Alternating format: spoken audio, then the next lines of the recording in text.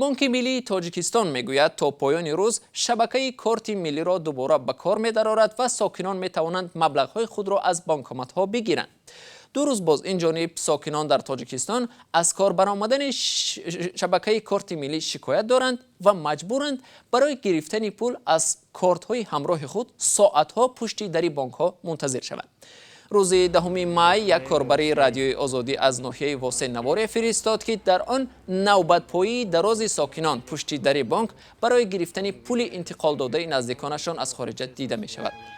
مؤلف میگوید که این نفرانی هستند که چند روز باز نمیتوانند مبلغ‌های فرستاده عزیزانشان را بگیرند، حالانکه در این شب و روز ساکنان بیش از هر وقت به پول نیاز دارند. در دفتر مطبوعات بانک ملی روز 12 می در صحبت با رادیو آزادی گفتند بنابر پیش آمدن نقص فنی در پایگاه‌های اطلاعاتی کار شبکه کارت ملی به مشکل دچار آمد.